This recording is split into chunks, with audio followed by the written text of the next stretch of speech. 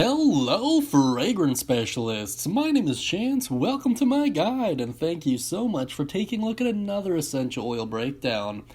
Today, we're going to be looking at myrtle, which is one of those essential oils that's just a great all-round essential oil. Useful for a variety of things, it blends well with quite a few different oils, and it's around 25 bucks, somewhere around there, so it's relatively cheap for an essential oil that can go a really long way. So I like it. It's relatively popular. I don't think I know anyone who's obsessed with it, but almost everyone I know uses it fairly regularly. So take that with a grain of salt, I suppose. In any case, before we dive into its profile, always consult a doctor before use. You just want to always make sure you're erring on that side of caution. Now let's dive into its profile. It's most commonly described as having a sweet and fresh aroma. Under uses, you'll see respiratory issues, bronchitis, coughs, colds, fatigue, exhaustion, insomnia, acne, boils, hemorrhoids, and urinary tract infections. Once again, kind of deals with a little bit of everything. Really nice stuff. Under method of extraction, you'll see steam distillation and blends well with cedarwood, cucumber seed, frankincense, lavender, neroli, rose, sandalwood, and ylang. Check out the playlist for all those videos. And under notes, you'll see just apply with a carrier oil. It's not usually dangerous at all. It's one of the safer oils out there, so just make sure you're diluting properly and following best practices. Now let's dive into its history just a little bit here.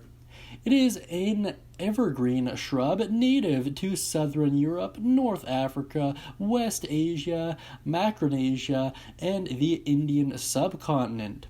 It's one of the 4 species used by the Jews in their religious rituals on the festival of Shrok. In several countries, particularly in Europe and China, there has been a tradition for prescribing the substance for sinus infections.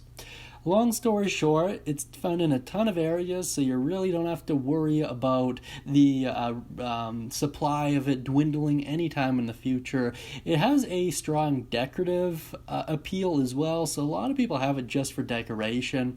It's been used in religious rituals and prescribed as medicines for quite some time. So it's pretty cool stuff. It's kind of found all over the place too, which certainly goes a long way towards substantiating its health benefits. Now let's do a pretty cool recipe here. So this is a little bit more complicated, not really in terms of execution, but certainly in terms of the ingredients required. 3 drops ginger root, 3 drops myrtle, 5 drops tea tree, 5 drops geranium, 3 drops thyme, 5 drops rosewood, and 2 tablespoons of fractionated coconut oil. Mix it all together and massage into muscles an hour before exercise, and it should give you that extra boost you need to power through. Really cool stuff. I like recipes like this simply because they're applicable for a huge amount of people at any given moment.